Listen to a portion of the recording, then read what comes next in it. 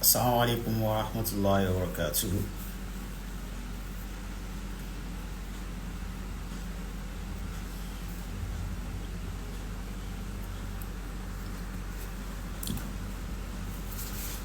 Assalamu alaikum wa rahmatullahi wa barakatuh.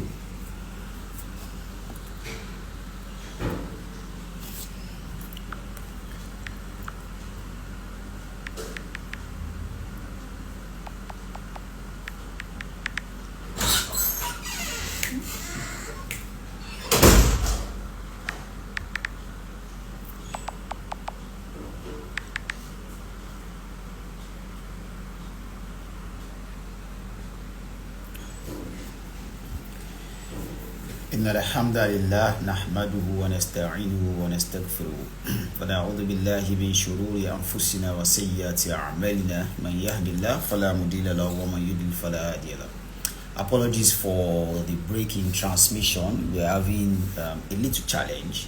However, Imam Kolapo Abdubasit is going to join us live in the short while. I just got a message from him, so he's going to use his other account to join us, and we'll get started.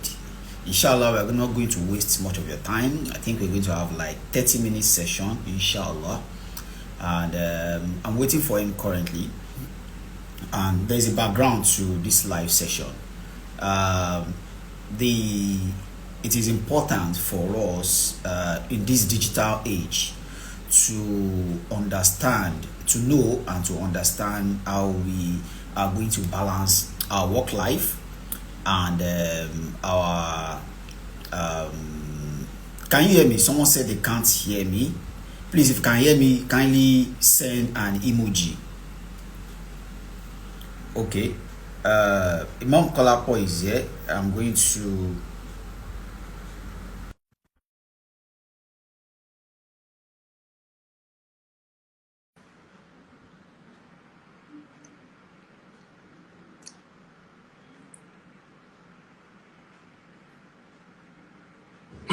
now. Assalamu alaikum warahmatullahi wabarakatuh. I can't hear you. Imam Kolapo, I can't hear you. Can you hear me Check your microphone. now? Okay, yes. Beautiful. I can hear you now. I can hear you now. Loud and clear. Jazakumullah khair. Ameen wa anta for jazakallah khairan. Thank you. Apologies for the delay in transmission. Sister Kawthar, you're welcome back. Assalamu No alaikum. problem. I Why don't South know. Africa too? This I'm so network does sorry. not want us I think to. it's the account But that actually has issues. Oh, So is the yes, accounts. yes. Okay. So maybe Okay. because it's a private account, so I had to switch over to this other Oh, one. okay. I yes, Apologies. because we actually have challenges tagging you Yeah, it's a on that yeah. account. I've blocked all those access. So sorry. So Yes. sorry. So I'll okay, have to relax alhamdulillah. it for a while. Sister Kawthar, I think Sister Kawthar has read your profile a bit. Okay. Yeah, I think she did that for a few minutes. I don't know if she can quickly do that between 30 seconds so that we can get started. We don't have much time. No problem. No. okay, assalamu alaikum warahmatullahi wabarakatuh. Walaikum I'm so excited to have you here because we've been anticipating all week. Alhamdulillah for today. So I'm honored to have you here. We're honored to have you here. Abdul Basit Imam Kolapo is a versatile writer, a product manager, and an Islamic educator who is passionate about teaching Islamic practices and value. And if you've not read the book, Thriving in a Modern Workspace as a Muslim professional, sorry, you are missing out. So it is my honor to pass the mic over to you and let you speak. No, Jazakumullah khair. Assalamu alaikum wa rahmatullahi wa barakatuh once again. Wa alaikum salam. Alaikum Also, salam wa rahmatullahi. it's also my delight to be on this session, and I'll say a very big word on and Jazakumullah khair to Ustadh Sheikh Ibraheem and the entire team at Mustahina TV. May Allah continue to guide and give you all the support that you need. Ameen, Allah. Alhamdulillah wa salatu wa salamu ala rasulillah wa ala alihi wa sahbihi wa man wala. Allahumma ameen. And so I'll just go very quickly into the book because I think we are past time so that we can just benefit very quickly. So I will start from the background, why we have a book like this. And actually I have a copy of for myself. So this is one of the sample Oh, copies I I've think I issued. should have this copy. So I'll get one across to you, Ustaz. Inshallah, So Jazakallah. now, so I am also here. Wait, so Brother Ibrahim, please don't don't you remove jealous have me the from you the you. have the soft copy setting. already. Don't That's remove the me, You have managed your so please. soft copy. so the background is that there was a point in time, I think sometimes around 2021, to be precise. One of our brothers on Twitter, actually, it all started on Twitter, and then one of our brothers on Twitter, we were having a conversation around, in Islam, for Muslim men and even for women, we have certain appearances that even without anyone asking you, they should be able to tell that you are a Muslim or you are a Muslimah, for example. So that conversation came up that are Muslim brothers allowed to keep beards at work, for example, or are they allowed to shorten their trousers? These are conversations that came up then on Twitter. And I remember one of our brothers by the name, we call him Shumokwe Imam. He happens to be an HR professional, so he works in the HR department.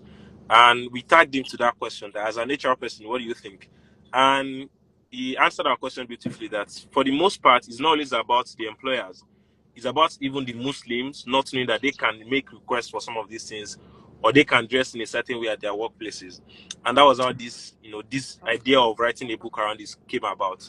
And just another background, myself, I happen to, I think Sheikh Ibraheem might know me a lot more. I went to madrasa, right? So from the madrasa background before I found myself in the university and eventually now in the corporate environment. So, but regardless of where I found myself, I do not deny myself of that identity of being a Muslim, and I don't lie to people. I'll say I'm very lucky with where I work. Like most of the places where I work, I've been very lucky.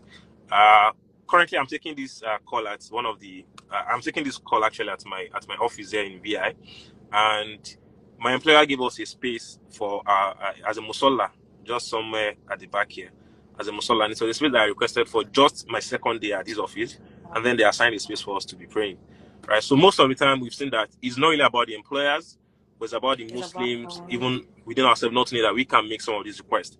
But then making the request is not even the challenge. The challenge is knowing how to make the request, or what request to make, and what are those things that I shouldn't sacrifice for my work.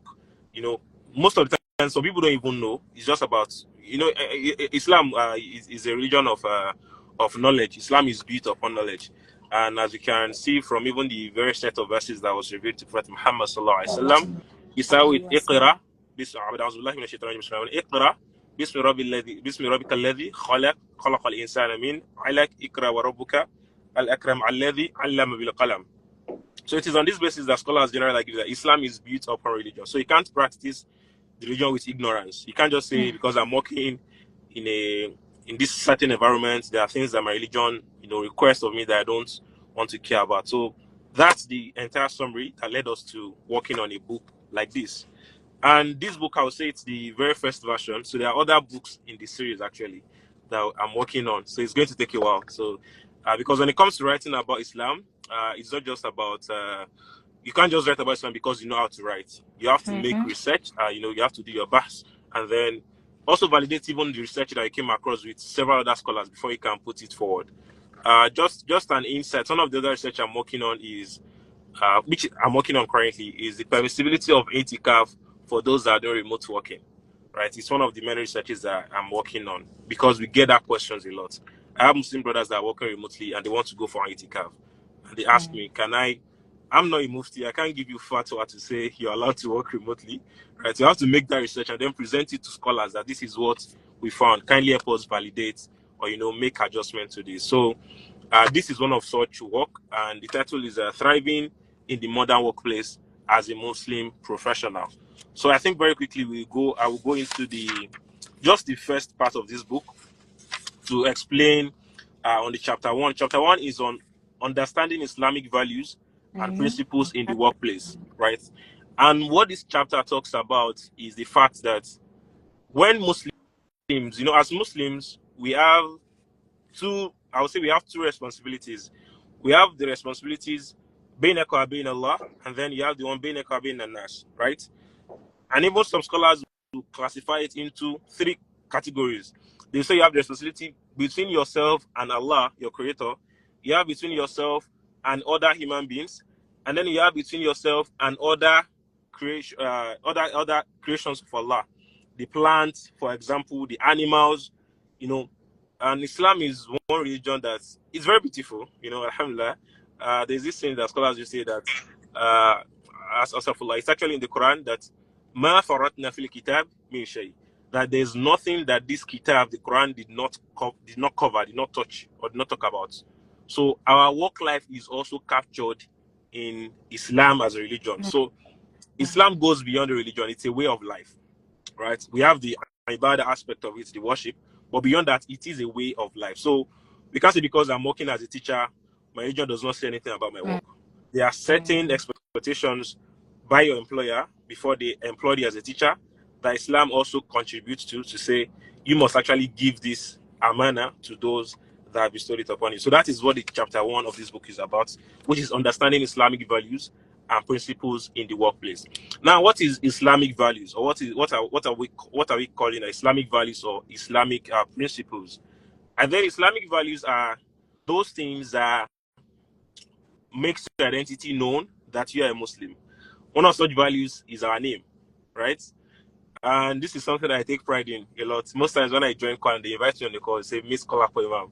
So I'm always very happy when I hear that introduction, because it gives no room for any question. When you hear someone's name is Kolapo Imam, there's obviously an imam with the name. And for the most part, I think I get this. Someone say, "Are you an imam? Or is your father an imam? Are you from the family?" I say, "Yes. My father was an imam. My forefathers. I also happen to be an imam, partly." So I say, "Okay, interesting. So you're a Muslim?" I say, "Yes, I'm a Muslim."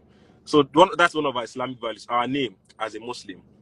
And it is very interesting that we uphold this Islamic value and principle as an individual, because every single one of us, we are an ambassador for the religion, right? Every single Muslim, whichever workplace I find yourself, we are an ambassador for that religion. Everything that you do, whether you like it or not, people will place the umbrella of the religion upon it. If you're an hijabi, you're a Muslim, and then you're doing certain things at your workplaces, it gives your employer or your colleagues an impression that this is how Muslims are, whether you like it or not. And if you're doing an amazing work, a fantastic work, when they want to praise Muslim, they'll say, this is why I like Muslim. There's one guy that I'm working with, that guy, he delivers. Just because you are doing an amazing work. So this is you understanding what are the Islamic values and principles in the workplace. So you see that where this chapter started from is about the issue of contract, right? It's about the issue of contract. And Islam is a religion that respects contract a lot. One of the longest verses in the Quran, which you're going to find in Surah Al-Baqarah, is a verse that talks about agreement. إِذَا تَدَايَنْتُمْ بِدَيْنٍ فَلْيَكْتُبْ كَاتِبًا, right? That's very long verse in Surah Al-Baqarah, where Allah subhanahu wa ta'ala revealed that if you borrow yourself, if you lend yourself money, one of you should volunteer as a writer to write down an agreement between the two borrowing parties.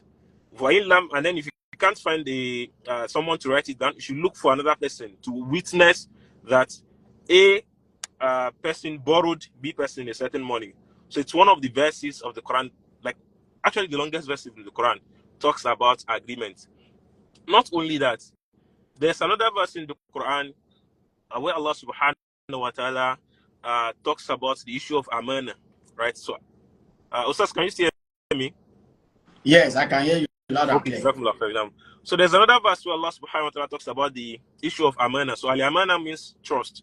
Al-amana means trust in Islam.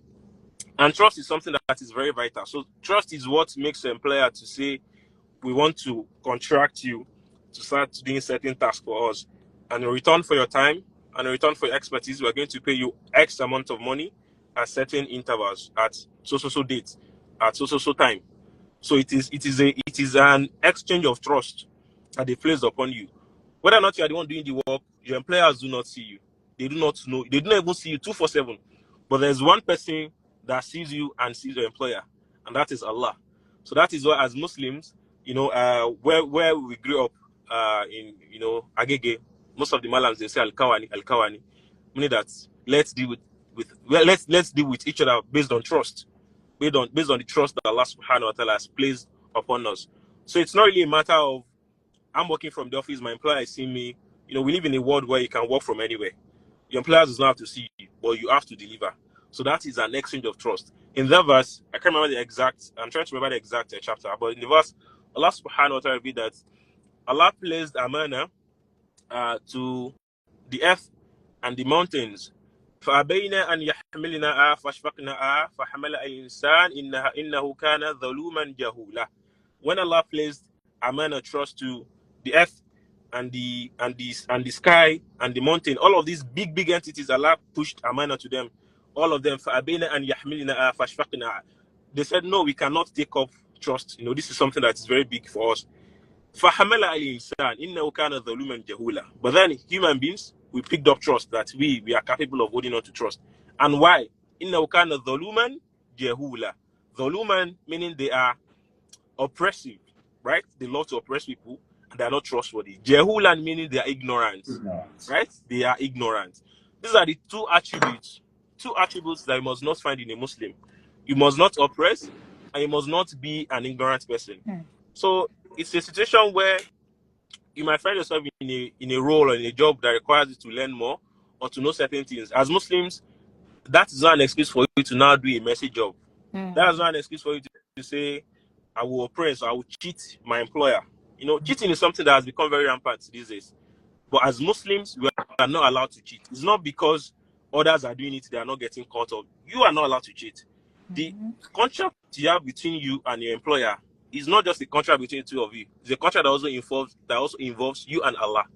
Because in Islam, we have a concept, what we call al-qasb min al-halal, right? There's actually an article that I just submitted for one magazine in one madrasa, Atibian magazine. I think they're going to publish, inshallah, by next year or so. I wrote a poem for that article where I'm trying to remember the poem. The poem says, Asharafu min kasbil halal, wa dhullu min akli haram. Asharafu simply means honor, right? Asharafu min kasbil halal. There is honor when you eat from something that is pure, something that is halal. Wa dhullu min akli haram. And azul min akli haram simply means there is dishonor. Azul means yekere. I'm sorry, I'm not an English, native English. So yekere, dishonor, right? Wa dhullu min akli haram. When you eat from something that is haram, something that is forbidden, there is dishonor in that. Falizam akhi neila limuna. Falizam akhi neila limuna. That, oh, you, my dear brother, try to live by something, try to aim for higher standards. You know, Falizam akhi neila limuna. Try to aim for higher standard. Wa'amal kaman qasad al-himam. And try to work like someone that is aiming for a very high position. So in Islam does not say you shouldn't make money, or you should not be rich, or you should not be wealthy. No, that is not the message of Islam. We are not preaching poverty to you. We're not saying you should be poor, but we are saying don't cheat. Please excuse me for some seconds. I need to move my car. There's a car in front of the house. Okay.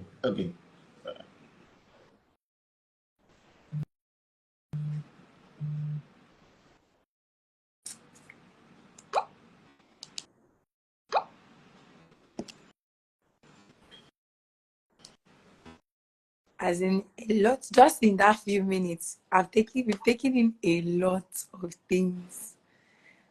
Just really interesting to see and hear. If you are enjoying this session, please let me see your emojis, because I am learning the nuggets I am gaining. It's a lot. So I want to see all our emojis to show that we're really enjoying this session.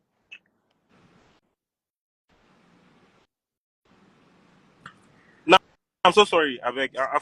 Someone wants to No problem. It's fine. No problem. It's fine. When it comes out.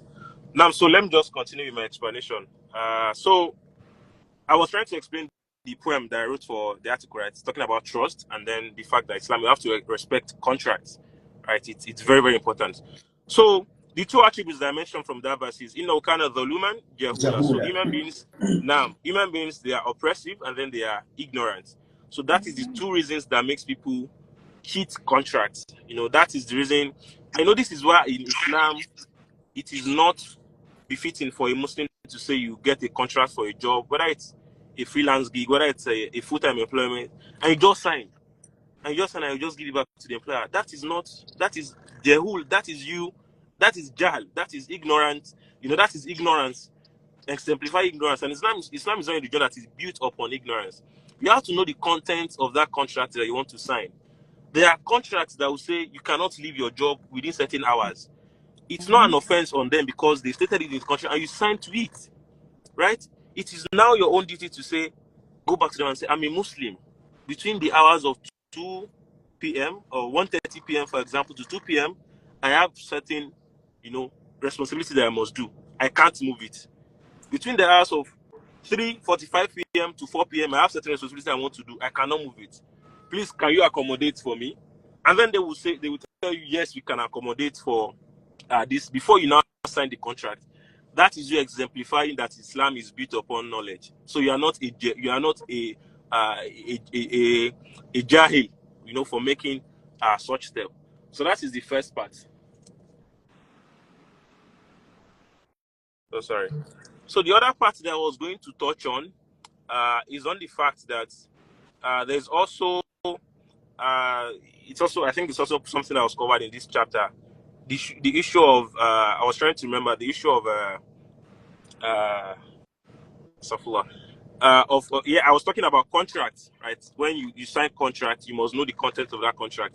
And then the oppression part is now if you sign a contract that says you are not allowed to leave your work, and then you leaving your work is you now cheating the employer, and then you are oppressing them because they're going to pay you for that time. So you need to have that conversation with them at the very early stage. And it goes beyond that. It also means that as Muslim, before you can work with certain industries or certain employers, you must know what is obtainable there.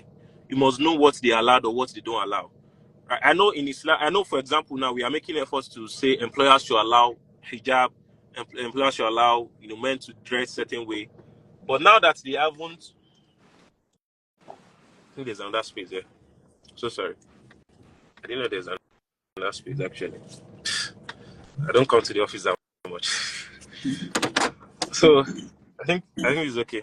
So sorry, the last name might not be enough.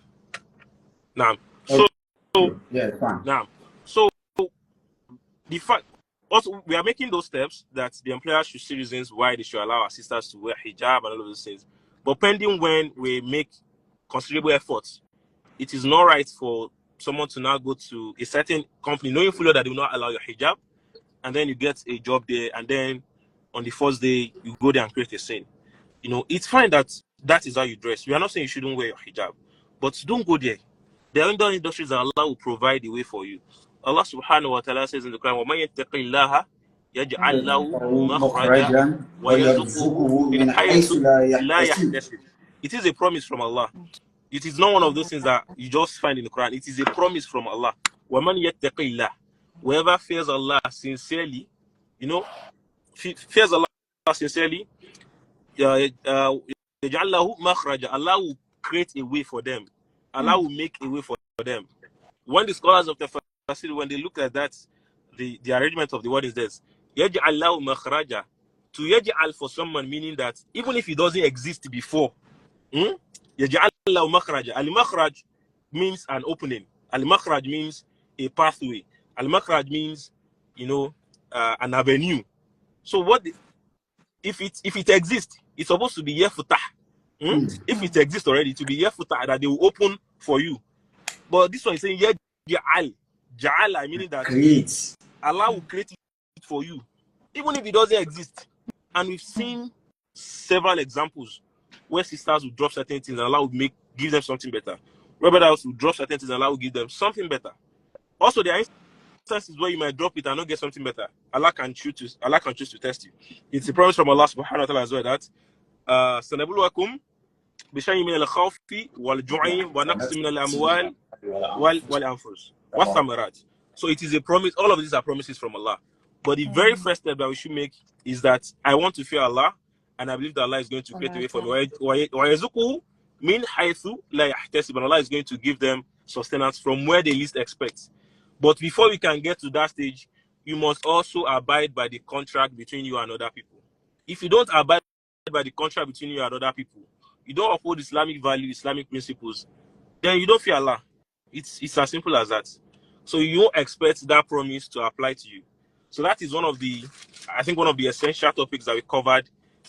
One of the essential discussions that we covered in the In chapter first 1. chapter. I don't know if there are any questions. I should just proceed and give a general wrap up, I think. So if you have any questions, Okay. please let's post it on the comment section. I want you to end with your thoughts before the question starts No. coming, because I also have questions. Okay. So No problem. let's wrap up with that while they are posting their questions. No. So you can go on, sir. No. So one of the other, thank you. So one of the other verses that we touched on in this chapter is, there's a chapter that talks about fulfilling contracts. You know, where Allah subhanahu, that's in Surah Al-Baqarah, where Allah say it is, Allah call on those the believers, the mu'minun, that you should fulfill all contracts. Ufi, I think Ufi adikum, for example. So Allah said that you should fulfill all contracts that you sign. And that's something that it is very important that you review the contracts that you get from employers before you proceed to, return it back to them and start, asking for things at a later stage. Also, it is very important here that Allah subhanahu wa ta'ala in Surah Al-Mu'minun, when Allah was describing the true believers from the beginning of the surah, Allah was saying, قَدْ أَفْلَحَ الْمُؤْمِنُونَ الَّذِينَ هُمْ فِي صَلَاتِهِمْ خَاشِعُونَ الَّذِينَ هُمْ عَنِ اللَّغْوِ مُعْرِضُونَ الَّذِينَ هُمْ فِي زَكَاتِهِمْ فَاعِلُونَ الَّذِينَ هُمْ عِنْدَ صَلَاتِهِمْ خَاشِعُونَ وَالَّذِينَ هُمْ لِأَمَانَتِهِمْ رَاعُونَ. That's what I'm going to. وَالَّذِينَ هُمْ لِأَمَانَتِهِمْ رَاعُونَ. لِأَمَانَتِهِمْ meaning that the agreements. Now, if you look at that verse, it's saying لِأَمَانَتِهِمْ, it means their trust. This amanati meaning their own trust. So what trust do you have as a human being? It means the trust that you have between yourself and other people. It is not the trust that you have between you and Allah. The part that talks about you and Allah is fi salatim khashi'un, zakatihim fa'ilun. They pay their zakah, they observe their salah. Those are the obligations between you and Allah. Now it is saying the believers that are going to be successful are those li amanatihim ra'una. The amana, the trust that they place between themselves and other people, ra'una. Ara'una meaning they are very attentive. Ara'una meaning they are very what? They are very attentive to the promises and trust that they've made between themselves and other people. So this is also another verse in the Quran that solidifies it to us as Muslims. We must respect that we must respect our contracts at all times. Now, the other part that I also want to look at under understanding Islamic values and principles in the workplace is the verse that talks about offensive names, offensive nicknames. It is very common, right? It is very, and it is, it's not normal, right? It's abnormal, even though it's common. Is that in certain workplaces, you might find yourself indulging in these things where there's a colleague and then they'll just give them a very funny name. They might not like the name, but people start calling them that name. You as a Muslim, you shouldn't join people in calling those type of names. Some people say, it's just nicknames now. What's there? It's not that. No. Islam, Allah subhanahu wa ta'ala has revealed this to us in the Quran, that those that truly believe, do not let common people from amongst you, they should call some other people some funny names. Allah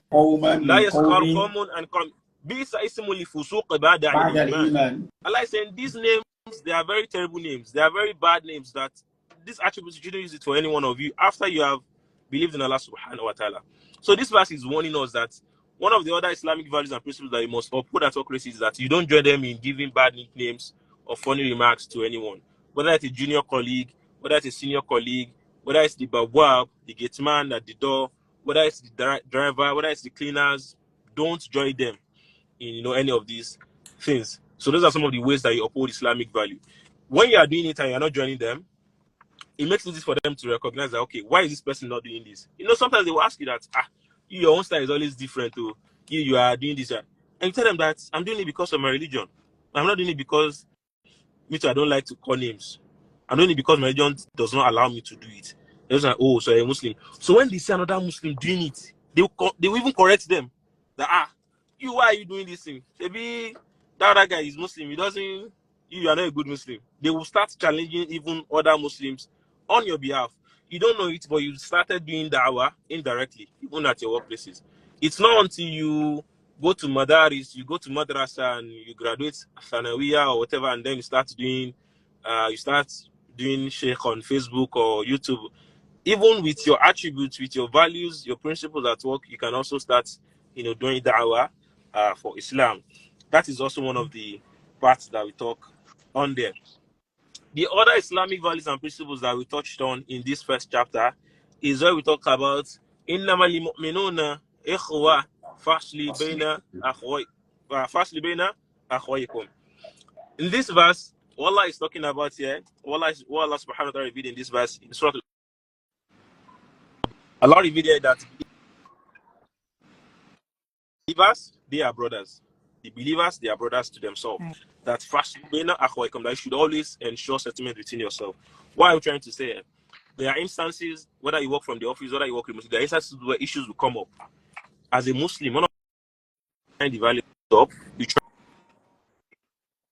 try to control it, you try to manage it in a very mature way, right? You're not it doesn't mean that you are, not that you are protecting anyone's, but you try to manage it such that people will like you.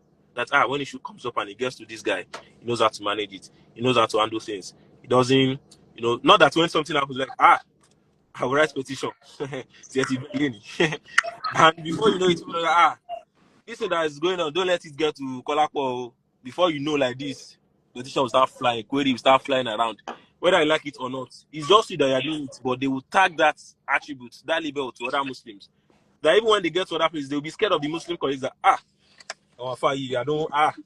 before you know now, what is a query. It's because what someone has done to them in the past. We are not saying when instances comes up where you must do it, you shouldn't do it, right? But not in every case. There are things that you can settle amicably. There are things that you can apply. Other means, just try to make, exemplify that leadership. That my religion is a religion that also built that imbues leadership into me, and that's why in Islam, I also like to mention at this point, one of the very bases of which Islam imbues, build leadership into everyone is the issue of salat. For example, if you are praying behind your imam and you're directly behind your imam, if the imam leaves the salat, if the imam falls down, what happens? You take up that leadership position. What this thing has done is that whether you like it or not, if you stay behind the imam for certain times, you also try to learn more. That God forbid the imam should, pollute or anything should happen, I should be readily available to step into that position. So take this lesson, take that concept beyond your salah, take it into your personal life, take it into your professional life. Those that are in front of you, what are they doing? Why are they calling them your manager? What do they know better than you? Right? So you start to learning, you start to learn from them. You start to know those things.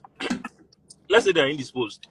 Instead of the organization to start looking outside that they want to bring someone else in, they can easily call upon you and say, what can you do? And when you start to And when you start to do those things, they just say, okay, this person is a very serious person. That's also one of the areas by which we can also exemplify leadership. So there are recommendations at the last part of this chapter. I think we've touched on so many of them. The very first one is to seek knowledge. I mentioned it from the Zoluman Jehula. So I'm bringing it back here. Zoluman Jehula. That's because we simply are ignorant. So Muslims, you must not be ignorant of things that you do. You must not be ignorant of the contracts that you want to sign. We should seek knowledge. Also, establish a connection with Allah. It's one of the recommendations, which I mentioned in that verse that وَمَنْ يَتَّقِ اللَّهِ يَجْعَلْ لَهُ مَخْرَجًا وَيَرْزُقْهُ مِنْ حَيْثُ لَا يَحْتَسِبُ. That can only happen if you establish a connection with Allah. And I also mentioned there that Allah might test you as well. But that will only happen if you establish a connection with Allah. Whoever establishes that connection with Allah, يَتَّقِ اللَّهِ Allah is going to make a way for them. I will emphasize on that. Yaj'al. Yaj'al is different from yafta or yadhhar. Yadhhar meaning that they will make it visible, meaning that there's a way there already. Yafta means they open it. There's a way already. Yaj'al means there was no way at all, and Allah will make it be. Right? Because because you fear Allah subhanahu wa ta'ala sincerely. And I also mentioned a build relationships with like-minded individuals. When you go to organizations that you work, whether in office, remote, whatever it is, be friends with other Muslims. And that is what the other verse is talking about. That innamal mu'minuna ikhwa. They are brothers. The Muslims are your brothers. Don't make enemies with other Muslims. First, become friends. You must even become friends with them. You know, whether they like, that's one thing that I do. For example, this office where I work, most people work remotely. You don't get to see your colleagues for years. You might never ever see your colleagues, but once in a while, I come and I see people. You know, if it's a Muslim, you can tell from their dressing. If it's the guys, you can tell from their name, for example, or even their dressing to some extent of their parents. I will ask, are you a Muslim? Sorry. And before you know, we'll come down. This is where our musalla is. This area where I'm parked. Our musalla is just down there. I will come down. We'll pray together. We'll gist. I will know about them. They will know about me. Doesn't stop there. It means like if they want to do certain things in the future, they can even call me. They can even, that is what Muslims should be doing. You build connections with like-minded individuals. One thing you shouldn't make friends with your Christian colleagues, or that should be enemy with your Christian colleagues, but you should prioritize friendship with your Muslim colleagues as much as you can. Don't be their enemy. Don't be their antagonist. Right? إنما المؤمنون إخوة. They are brothers. And if you say someone is your brother, are you going to start doing something bad to your brother? And there's even the hadith where Prophet Muhammad clarified that the ukhuwah of brotherhood of Islam, it is stronger and more severe than the ukhuwah of blood. Because the ukhuwah of brotherhood in Islam is not a ukhuwah of, it's not blood is thicker than water. It is a ukhuwah that has been ordained by Allah. You are both brothers based on what Allah has designed for you. So it goes beyond the one of your family. It goes beyond of your, and that's why I'm sorry to add this hadith. There's a hadith that says there are 3 categories of people that can actually be executed, or people that can be severely punished. One of them is whoever cuts the ties of kinship. One other of them is al-mufariq lil jama'ah, someone that deliberately stayed away from their groups, meaning from Islam. That is how to tell you how severe the whole of Islam is. Right? So if you find yourself in any workplace, be friends with the Muslims. Other one is communicate with colleagues and employers. I mentioned this as well in that contract part. It is the right of your employer to put certain clauses in your contract. That is how they've been doing it before they want to hire you. You are not the one to make them know that these things are okay, these ones is not. If they agree, fine. If they don't agree, you go and look for someone else. It's as simple as that. It means that your way is not there. And the other one is be a great role model. Be a great role model. I already mentioned this as well, that being a great model is that you do an amazing work. You learn what your leaders are doing so that you can step into their position. You also try to teach other colleagues to contribute to their development. You do an amazing work so that you can be a role model for Islam.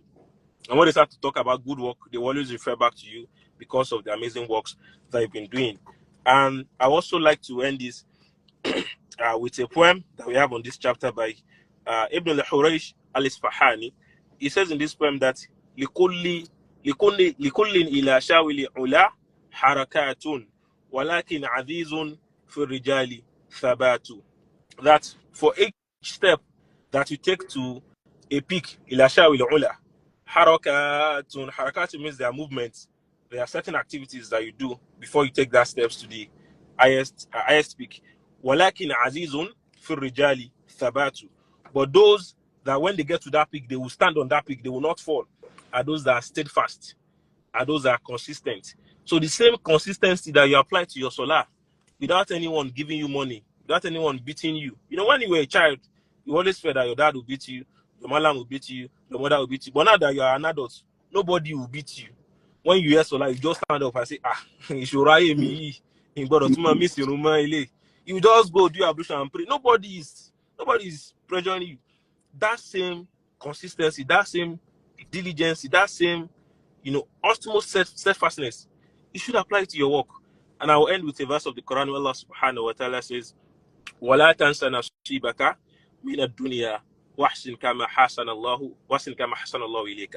In this verse, Allah is saying to us that we should fear Allah sincerely, we should obey Allah sincerely. However, وَلَا تَنْسَ نَصِيبَكَ مِنَ الدُّنْيَا, that we should not forget our own nasib of this world, our own portion of this world. That nasib, scholars of Tafsir, they've looked at it at different awdu. And one of the which they looked at it, some of them were opinion that this nasib actually means our risk of this dunya. Don't forget that you have to strive in this dunya.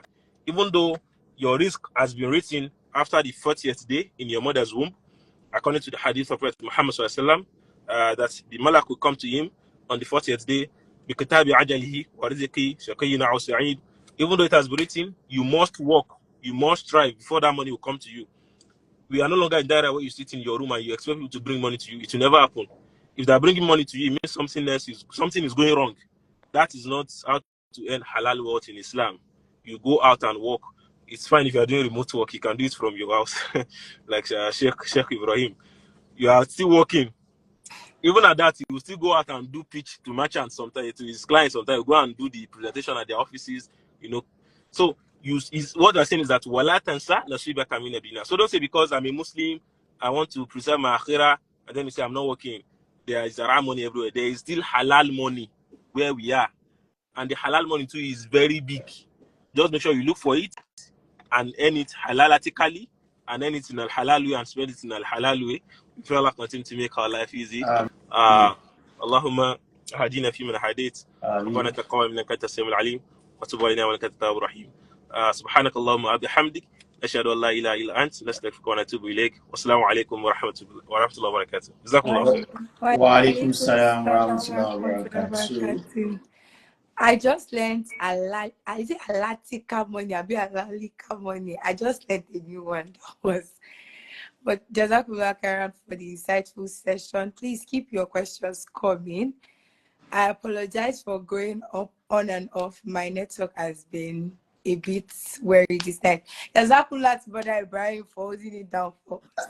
So before there are questions. Let me read those questions. Imam Kolapo, are you with us? I can see your network is rolling. I also want to ask questions when you are done. I also want to ask questions. Okay. He's back with us. So we have few questions. I don't know if it's okay to ask those questions.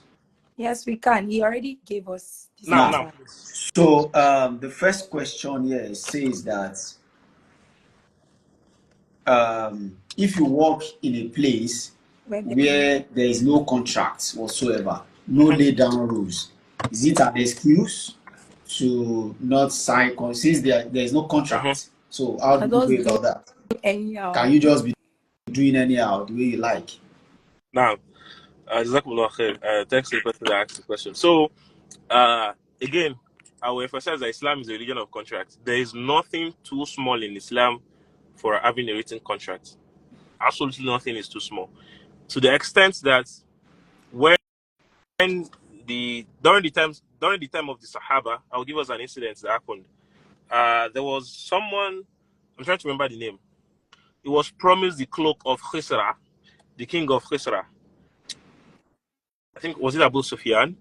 He was promised the cloak of the king of Khisra.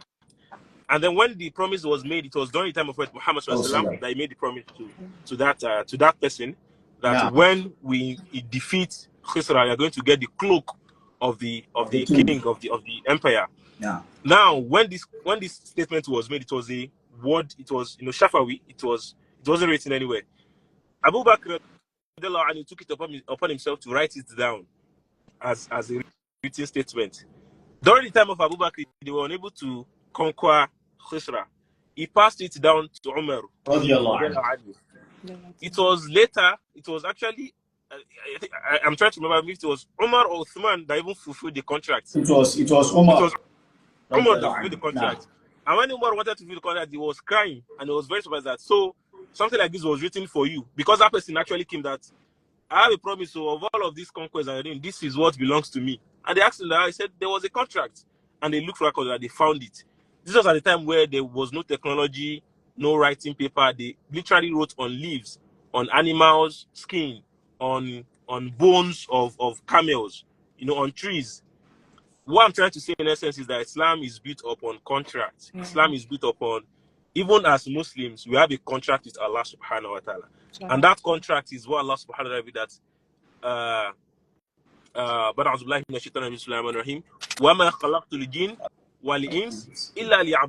it is a contractual statement. If you take it to the lawyer, print out the English and take it to the lawyer that they should explain to you. They tell that it's a contractual statement. And just to add, I actually took a law course, a postgraduate law course just earlier this year. So this is a contract that is binding, that I have created you solely to worship me. If you do anything, if you do some other things outside of it, it's fine. So as long as you do as you worship me, it means there is a repercussion. So if you find yourself in such condition, what are you supposed to do as a Muslim? You encourage them to establish a contract.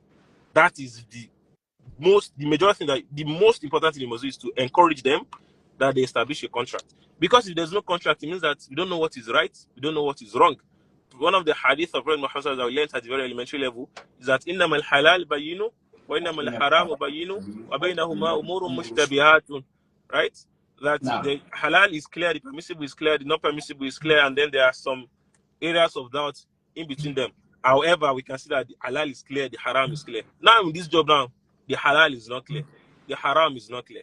Right? You don't know what time to work, you don't. So the most important is that you should find a way to encourage them to establish a contract. That is one. However, beyond that, now that there's no contract, what are the stipulated expectations, responsibilities that have been put upon you? You must still deliver them. You must still deliver them. Even without that contract, you must still deliver them. Because there's no contract does not mean that they give you something and they say we expect it by Friday. If you're not going to deliver it by Friday, let them know before that day. Not that when Friday comes, you say, Mology money is because I went to Juma. And you know that because you went to Juma, you watch. So that, well, I don't know that I was going to Juma too. Others are going, even me that gave you the work, I went to Juma too, and I did my work. So as Muslim, you still find a way to exemplify some of those principles that we touched about earlier. I hope that I've been able to answer the question. There is another question. How can one cope in a situation that the job disrupts his dream, like dressing and daily ibadah? How can one cope? Okay. So the issue of work disrupting ibadah is something that is very now it's something that is very very common. So we get these questions a lot from our sisters, from our brothers, that their broad coincides with their ibadah. One that is not debatable for Muslim sisters is mostly their dressing.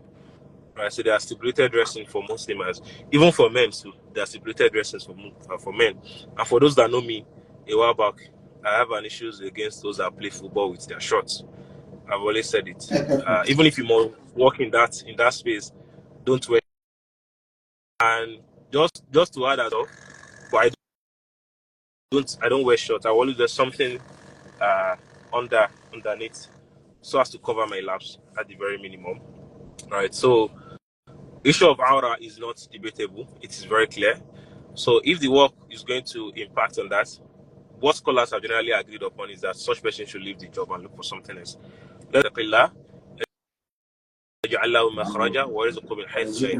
only reason why you want to leave that work is because you feel subhanahu wa ta'ala. So sincerely, if you don't leave the work, people don't even know that you are working there. People don't even know that your workplace you don't wear hijab. Because they don't even see you at work. Nobody's seeing you at the office. Most times they see you at home and they see hijab on you. So nobody knows. It's between you and Allah. So there's a promise from Allah. So if that is the case, then scholars generally agree that that person should look for a better job. People make it easy. Then the issues of prayer. I'm very clear on prayer. When it comes to prayer, there are challenges that employers also face.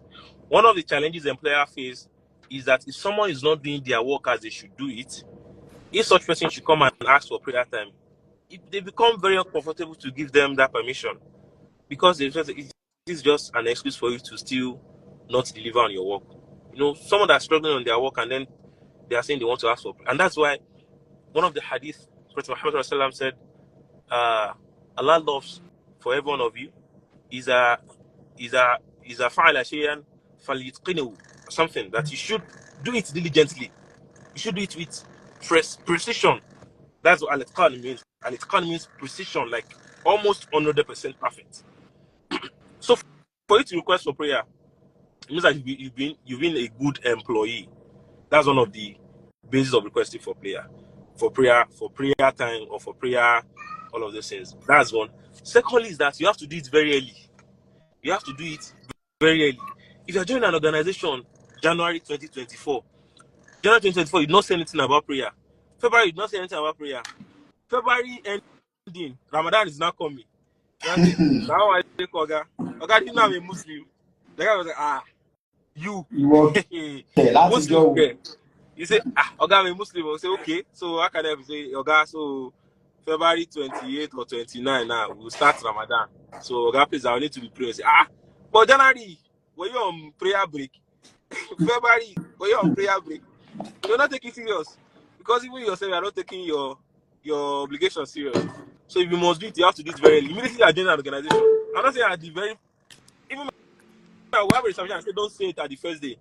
One of my shuyukh, when I told him about it, he said on the first day, when they do onboarding for you and everything, I say, any question, the first question you should ask is, please, can I get the prayers, please? That will be the first question. So that they'll know, this boy that we hired, this one is serious, so look for your prayers. In my case, I didn't do it at the first day. It was the second day. Because the first day, it was an area where I've been before, so I know the mosque. I just strode out and then prayed. But on the second day, I asked, please, can we get the prayer? And they say, yes, take a spot here. And I could remember I dropped one of the prayer mats I had in my car. I just dropped it there as a sign. And then they even gave us, all these big cartons that they used to brought in TV. Very big ones that we use for the musalla. That's where we pray. So when everybody comes to the office, you can pray there. You can just come down and pray there. Even when you come, they will show you that there's a prayer area already because they know that it has been established. So you have to do it very early. Don't wait till it's time for Ramadan or till it's time before you start showing that I'm a Muslim, or you start to now bring out your hijab that you've not been wearing. And you've been working with us for 6 months. We don't even know your Muslim name. We're calling you Temitokwe. We're calling you Anike. We're calling you Olalede Ashake. Now Ramadan is coming. You are now brought up big gun hijab and say you want to wear it. It's not like they won't. They know that they would not like it, but there's that remorse that this person is not serious about this religion. This one is cosmetic Islam that they are doing. This one is aesthetic Muslim. It makes them feel somehow. So do it very early and do it sincerely and find a very nice way to present it to them. They will approve. And also do a great job. If you are doing a great job, you stand up from your desk to go and pray. Nobody will look for you. Nobody will start shouting your name. If you come back and they say that, I'm coming from those, they will say, that's how you go. That's how you know they will not shout on you because they know that you are doing a nice work. And also, if you are doing it with the class, even if you have issues, the fact that you are doing it for the sake of Allah subhanahu wa ta'ala, it will also calm their mind towards you. It will also calm their heart towards you. There's one thing that I love to always tell people. Muslims are generally likable. I always say Muslims are generally likable. And I'm using myself as an example. Of all the places I've ever been, I've never had any issues of prayers. And I'm not the only one. And I'm not saying I'm a good person or I'm the best employer. No. I have several other brothers that work in similar spaces that they don't have any issues. That they just do their work and the employers just love them for who they are. To the extent that we have one of our brothers that if we did something that I'm not able to do. Last year, they were giving them rice during the December period, rice and oil. And the brother went to them and said, this rice and oil, is the end of the year or Christmas? And the person that was giving it to them made a mistake. And the person said, it's Christmas. The brother said, I'm not doing Christmas, so the Ramadan is coming. You give me my own Ramadan and Iliaram. I'm coming. Sorry, let me round up. I'm so sorry. And the person says, you give me my own Ramadan and Iliaram. I say, Iliaram, what's that one? And started explaining to them. I educated them. I say, okay, don't worry. And they wrote it down. When the next Ramadan came, they wanted to make a list of all the names of Muslims. It was only 2 of them. And what they gave them was a lot more than what they gave during December. Why was that? Because they were not even much. It's just 2 people. They gave them a very big hamper with milk, orishi and everything.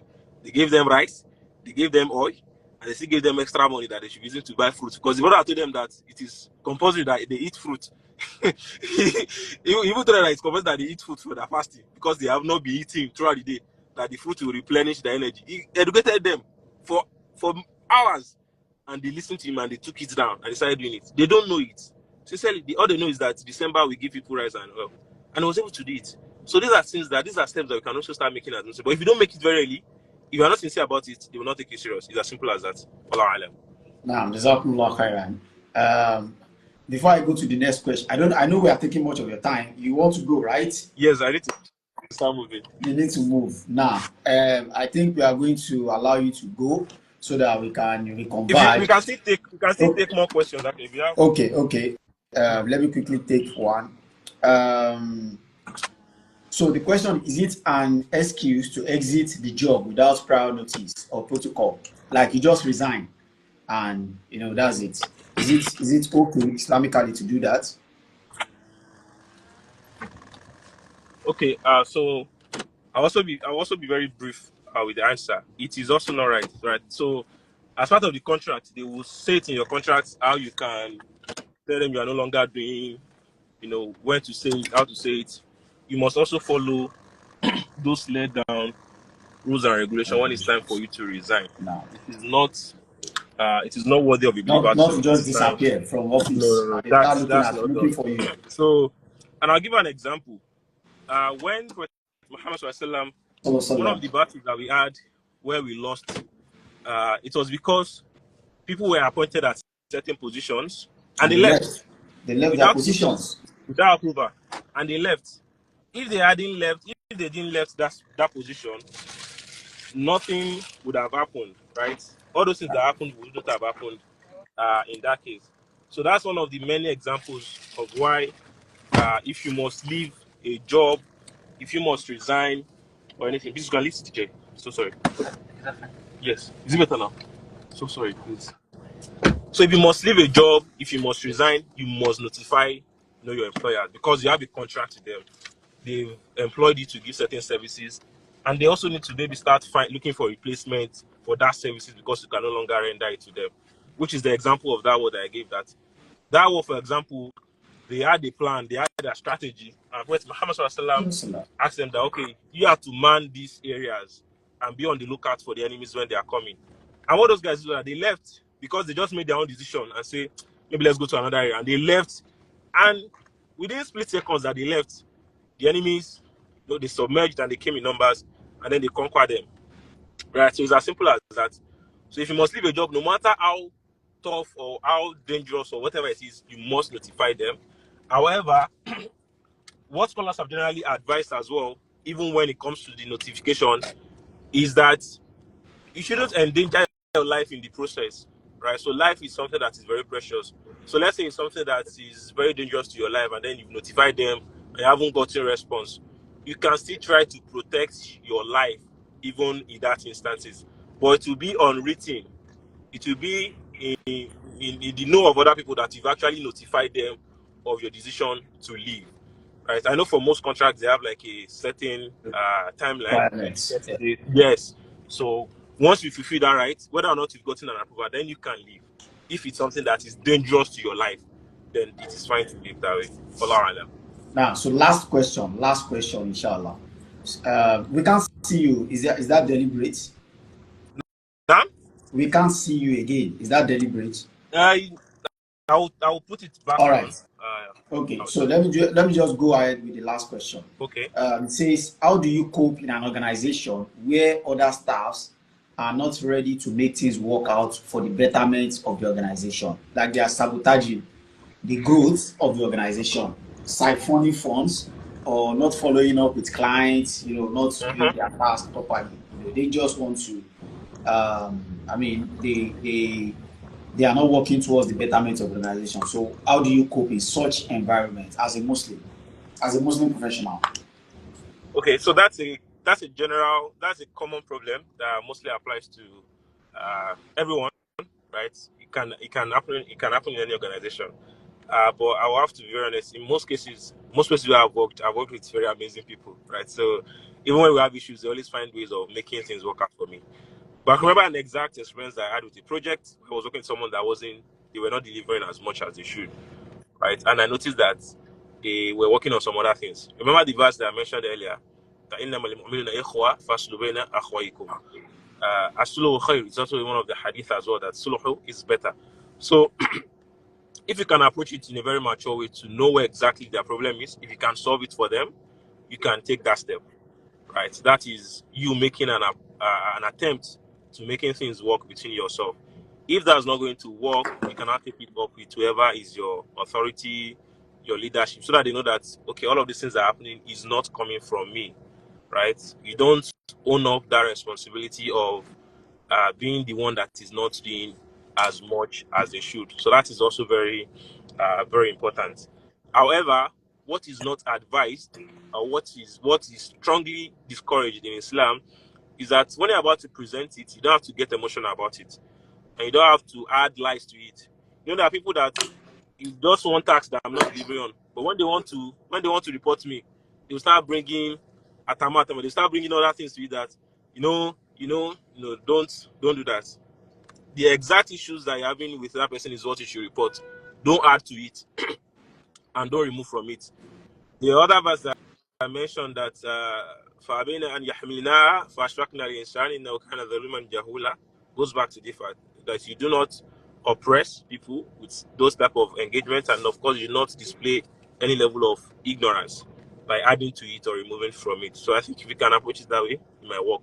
The other bit that I can also add to it is I don't think there's anything bigger than prayer that prayer can also right sometimes. I think for most of us, especially in the corporate, we try to overlook, issues of prayer. Many of us, I say most people are not like that spiritual. Maybe we are just religious, but you're like, no, you cannot use prayer to push your product. You have to do marketing. If you're not doing marketing, forget prayer. Yeah, that's true to an extent. But then, even with your marketing spend, people can still see your ad and skip. They will skip. They will see your ad and just bookmark, and they will not do anything, or they just click on it and not fill the form or not complete the sign up or any of those things.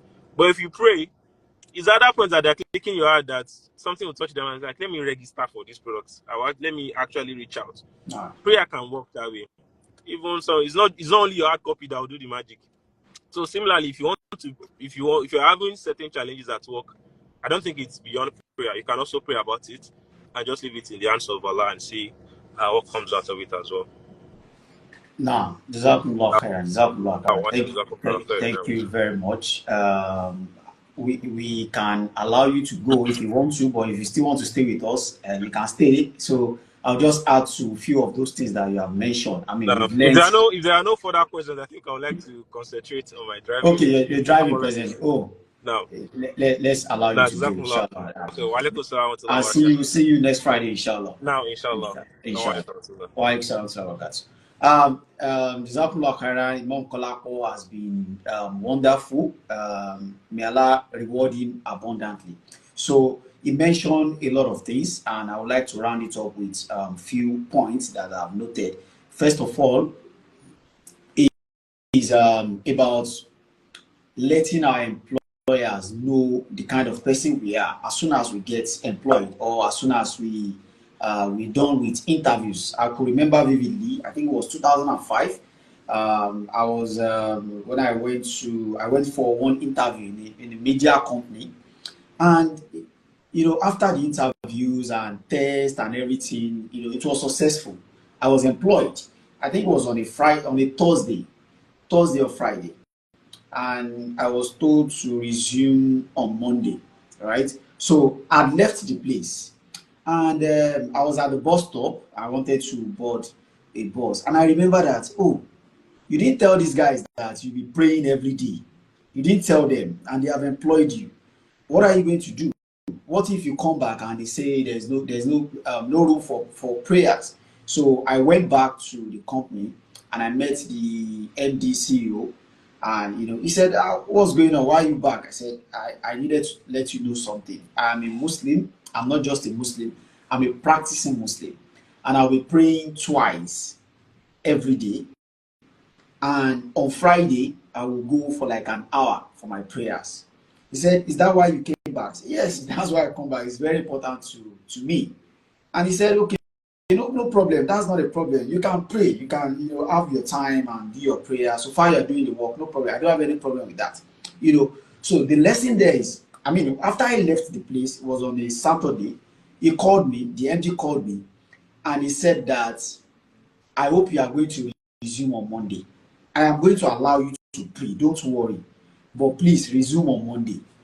So that's assertion, that confidence that, they needed something from me, fine, because I'm going to be rendering services. However, it is important for us as Muslims to let them know the kind of person we are. As soon as we get to that company, oh, me, I pray, I go Juma, I do this, I do that. Let them know, and you have lesser problem. You know, and as soon as you are seeing some hanky panky, you know that it's time to move. If they don't allow you to pray, there is no point. You know, because what Allah is going to ask from you and I, Allah said, وَمَا خَلَقْتُ الْجِنَّ وَالْإِنسَ إِلَّا لِيَعْبُدُونَ. Allah created us to worship Him. So if that worship is out of our life, then there's a problem. So it is important for us as Muslim professionals looking for work. May Allah make it easy for us. We let them know the kind of Muslims we are, and that we will take time to pray. The same thing with our sisters. So when you appear at interviews without your scarf, without your hijab, you know, and all of a sudden you just came back after we have employed you, you are now back with full hijab, you'll be wondering, they will not even recognize you. Who is this? Is this the person we interviewed? Because they've seen you in a particular way. So it's difficult for them to now accept you this way. So you need to let them know at the initial stage the kind of person you are. So may Allah make it easier. I think Imam Kolapo has been able to answer all the questions we have. And I don't know, Sister Kawthar has been unavoidably absent. I can see her in the comment section. But I think it will be a wrap for tonight. Thank you for joining us, and we'll see you again on Friday with Imam Abdulbasit Kolapo on the thriving in the modern workplace as a Muslim professional. May Allah make it easier for us and protect us and guide us. So if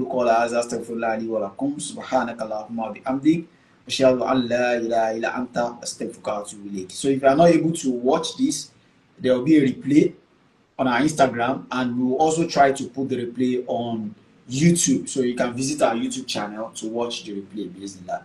Assalamu alaikum wa rahmatullahi wa barakatuh. See you next week, inshallah.